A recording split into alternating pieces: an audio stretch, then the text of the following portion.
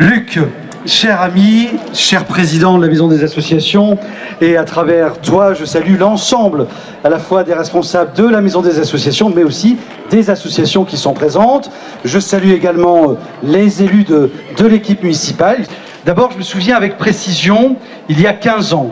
si c'était bien il y a 15 ans,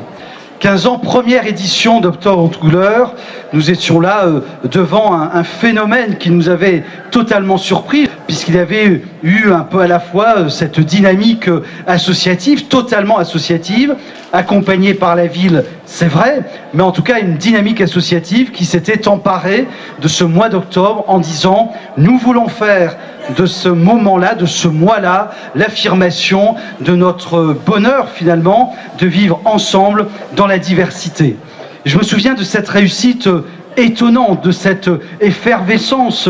un peu inattendue, il faut bien le dire, qui avait marqué, je crois, tous les esprits. Et cette inauguration de la première édition avec la chorale des enfants du monde de Tourcoing, c'était leur première prestation. Et puis effectivement, la présence de Daniel Mitterrand, président de la Fondation France Liberté, qui avait donné à cette édition un retentissement à la hauteur de ce que nous allions vivre à ce moment-là. Mais je me souviens aussi de la fin d'Octobre en couleur, de cette première édition, et nous nous étions demandé si il était possible qu'une deuxième édition fût effectivement possible à renouveler avec cet enthousiasme, avec cet élan, avec cette force aussi. Et alors la question s'était posée. Nous avions laissé à ce moment-là les acteurs associatifs prendre la décision.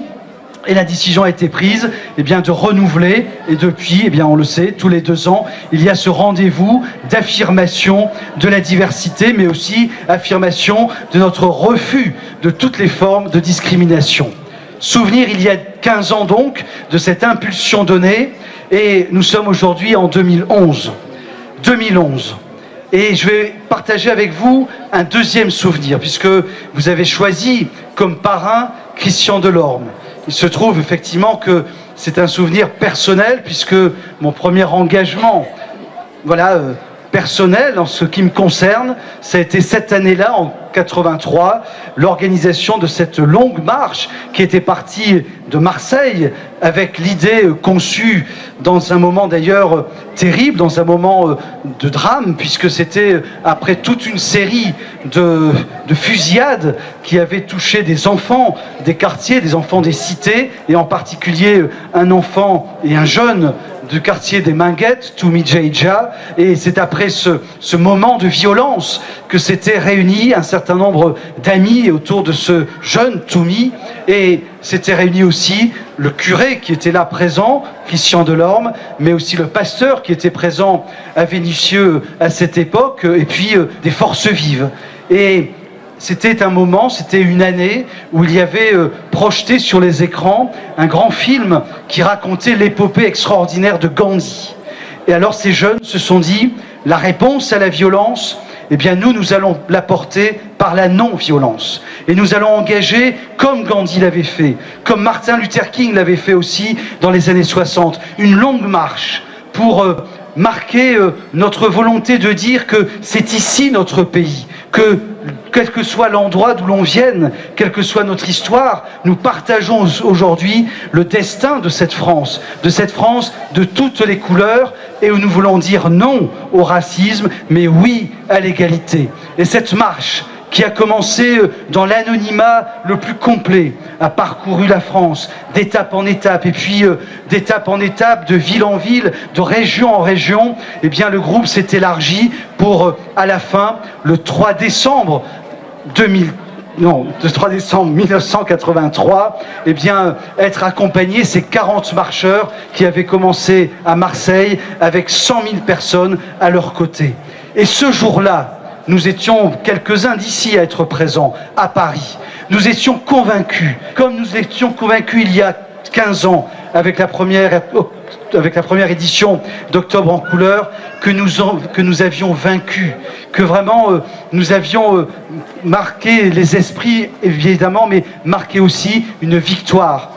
Nous sommes en 2011 et l'on voit encore que le travail reste à faire, mais nous ne sommes pas lassés. C'est ça que je veux dire avec vous au nom de la ville de Tourcoing, c'est que plus qu'en 83, plus qu'il y a 15 ans, nous affirmons que notre ville, que notre pays sont des communautés de la diversité, des diversités. C'est aussi ce qui nous permettra ensemble de construire l'avenir. Alors, dans un moment très particulier de notre histoire et de l'histoire de notre pays, nous voulons témoigner que nous sommes prêts, nous, à vivre la diversité comme un enrichissement mutuel, mais nous voulons dire aussi que pour construire cette société de la diversité et des diversités, nous devons nous donner la main, nous devons affirmer aussi qu'il y a un socle de valeurs, et à commencer par les valeurs de la laïcité, sur lequel aucun débat n'est possible, sur lequel aucune discussion, aucun amendement même est envisageable. C'est le socle de la République, c'est le socle de notre vivre ensemble, c'est là-dessus, à partir de cela, que nous allons effectivement réussir à construire la société de la diversité sereine, tranquille, sûre de ses forces, engagée vers l'avenir, confiante dans sa jeunesse. Voilà le pari que nous avons à réussir ensemble. Ce n'est pas un pari conceptuel, ce n'est pas une idée politique ou intellectuelle, c'est maintenant, dans chaque geste que nous faisons, dans notre rue, dans notre quartier, en direction de nos anciens, dans la manière dont nous nous adressons aux jeunes, la manière dont nous portons en direction des enfants aussi, les valeurs que nous partageons, c'est chaque endroit, dans chaque endroit de la ville, dans chaque moment que nous partageons, que nous construisons, que nous construirons le Tourcoing de demain, le Tourcoing de la diversité, fier effectivement de sa diversité, mais exigeante sur les valeurs que nous partageons et qui sont effectivement la condition de ce vivre, de ce bien vivre ensemble. Merci. Vive Octobre en couleur, vive le Tourcoing de la diversité, vive cet enrichissement mutuel, vive les associations qui portent fort cet idéal.